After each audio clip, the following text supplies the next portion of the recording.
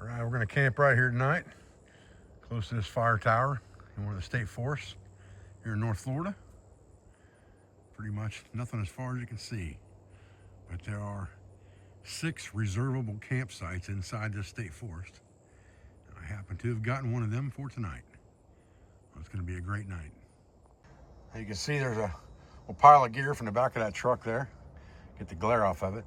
But it's pretty full back there. I just took a few things out of it real quick to get to some other things and rearrange a few things. And so concrete pad makes it really nice for that. Don't have to worry about any bugs or ants or fire ants or anything like that getting on your gear while it's sitting around. And so it's just a really good place to overnight tonight in the old teardrop. Afternoon, folks. I'm Dave Canterbury with Suffer Alliance Outfitters and the Pathfinder School. And I'm out here on a road trip heading from Florida up to Georgia Bushcraft. I've got a couple days in between shows, between the Florida Rewild event and Georgia Bushcraft gathering. So I am taking the back roads. And I'm at a really cool state forest in very North Florida right now, almost on the border of Georgia and Florida. And there's only 6 campsites in this forest. It's, I want to say, if I read right, it was like 1,300 acres, something like that. And there's only 6 campsites in here that you can reserve through Reserve America or Camping America, something like that. But my point is, they're really nice sites. I mean, they have a full concrete pad. They have picnic tables. They have electric. They have water. And it was $21 to reserve this site. I drove up here through the backside there on the back roads of Florida and got up in this area, looked it up in this book, pretty cool book, Camping Florida. It kind of gives you the different camping areas and it describes them to you and talks about the general area that they're in. And this is right outside of a very small town. I drove past it. I mean, it was very, very, very small. I think it's called Bryce or something like that. And so I'm going to camp here overnight and do some rearranging of the truck, rearranging of some things, post one show, going to another show. I did some laundry yesterday. And so today I'm going to just rearrange all of my gear, get things reorganized before I get to Georgia Bushcraft. But what I want to do this afternoon is I'm going to fix myself a meal. And I had bought this stainless steel restaurant utensil holder that you put into like a washing machine. And you put utensils in it, a dishwashing machine. You put utensils in it. But when I was kind of stacking it into my pantry area of this teardrop camper, I noticed that it fits perfectly inside the 48-ounce cup. And the lip keeps it off the bottom. And I thought, wow, you could use that for a deep fryer, a steamer, or to boil something that you just wanted to pull it out and it would separate it from the water immediately. So I'm going to make some potatoes. I've got some sausage I need to use up, and I've got some cheese. So I'm going to make some sausage, potatoes, and cheese, and we're going to mix it all together and see how that goes. Should be good. Stay with me. All right, so first things first here. Get the old cook partner fired up. And I think we're going to use a 10-inch skillet today. We'll grab a 10-inch skillet here, and we'll set this thing on here. And the first thing we're going to do is we're going to cook up our sausage and get that done. I got some sausage here that kind of needs to be cooked. Only got a couple, 3 days left. Supposedly that is good, so we'll throw some of this in the skillet. We'll save a little bit for tomorrow. We'll use half of it tonight. And what we'll do is, we're just going to chop it up anyway, so got to be careful with these stoves. They're hotter than you think they are. And again, not afraid to use metal utensils in this skillet. Not going to hurt it a bit.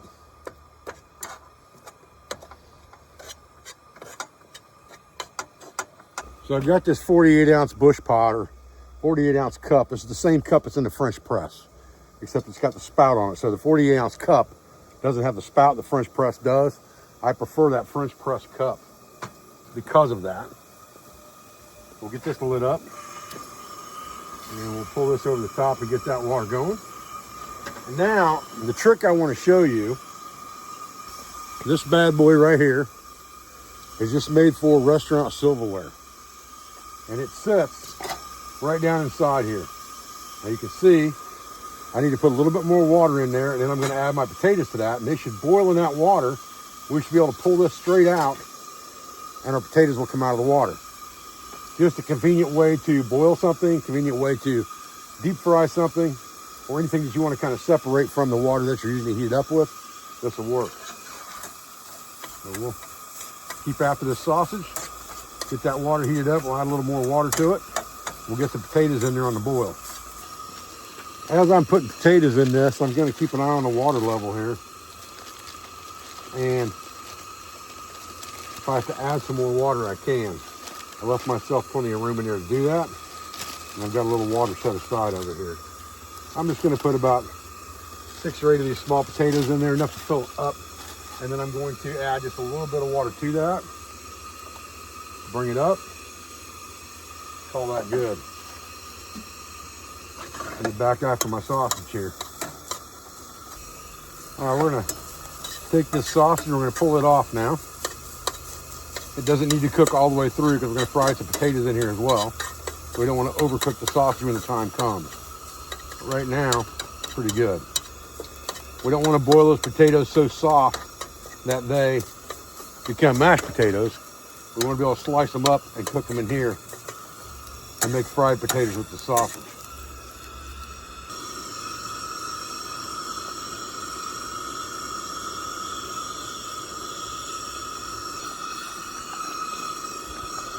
All right, we're just gonna let them boil for about 2 minutes before we shut this thing down. Like I said, we don't want to overcook the potatoes because we're gonna fry them. All right, so now we're going to take our potatoes here. I'm pretty sure that thing's gonna be pretty hot. So we're gonna just kind of drain them off, just like that. And dump them right in the skillet, just like that. And then we are going to cut them dudes up right in the skillet. They should be a little bit soft, but they shouldn't be too soft. And we're just going to quarter them up in the skillet best we can. Again, I'm not afraid to use metal stuff on the skillet at all. It doesn't even faze me to do that. This is a serrated knife I'm using right against the skillet. It's going to dull the knife or it's going to hurt this skillet. I can guarantee you that.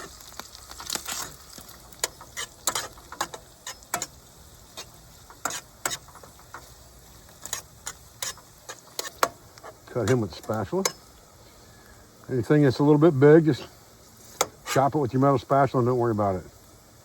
We're just kind of trying to cube these potatoes up, so got a couple of them in there bigger than the rest, just chop them in half. Don't worry about it, not a big deal.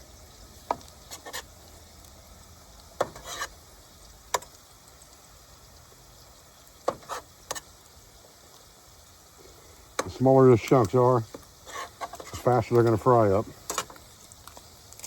Sometimes you kind of go one direction you're thinking you're going to go, and then you kind of change your mind and go a different direction. There's nothing wrong with that when you're cooking.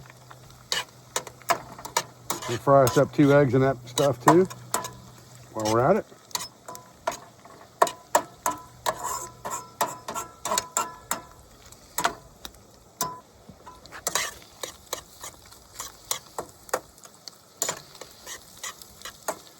Man, oh man. That thing is going to be pretty awesome when it's done right there, boy. Man, I'm alive. Yeah.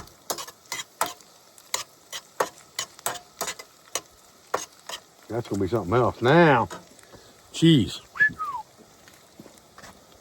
Let's throw a couple slices of Velveeta in here. Tore up good.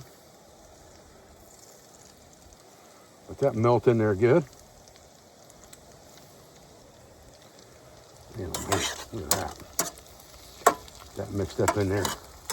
Melted in good. And we'll be doing something. I believe we're getting somewhere now. No doubt.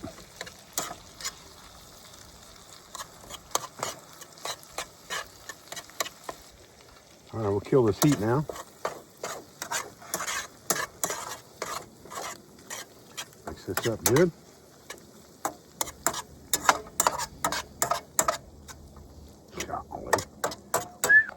I will tell you, this is very similar to the Mountain Man Breakfast video from years gone by. Very similar ingredients. So good.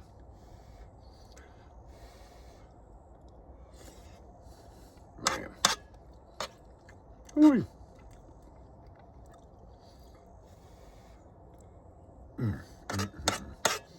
I've been trying to go at it about one meal a day while I've been on the road, and just take my time cooking it, and it'll last me tomorrow. This is good. Might need a little road snack or something tomorrow, but it won't be any kind of a meal at all.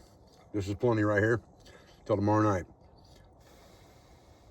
Listen, I appreciate you joining me out here in camp tonight for this, just a quick video making a meal. You can call this a Mountain Man Breakfast, whatever you want to call it, but I just call it good food, and it's great camp food. So I appreciate your views. I appreciate your support. I thank you for everything you do for our school, for family, for business. One of our sponsors, instructors, affiliates, and friends. We're headed up to Georgia Bushcraft this coming weekend. We'll be there with the entire Pathfinder crew for the most part, minus a few instructors that couldn't get time off work to come down there. But if you'd like to stop by and say hi, we'll be there with the full SRO store and teaching classes all weekend long. Again, I appreciate your views and I appreciate your support. I thank you for everything you do for our school, for family, and for business. All of our sponsors, instructors, affiliates, and friends. And I'll be back with another video, guys, as soon as I can. Thanks.